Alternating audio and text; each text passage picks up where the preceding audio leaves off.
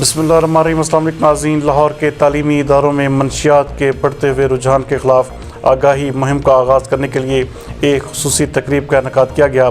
یہ تقریب drug advisory training hub Lahore کی جانب سے منعقد کی گئی۔ اس تقریب کے مہمان خصوصی CCPO لاہور غلام محمود ڈوگر تھے۔ ہمارے نمائندہ خصوصی احمد بلال بلوچ کے مطابق اس تقریب کی صدارت کنسلٹنٹ انسداد منشیات مہم سید ذوالفقار حسین شاہ نے کی۔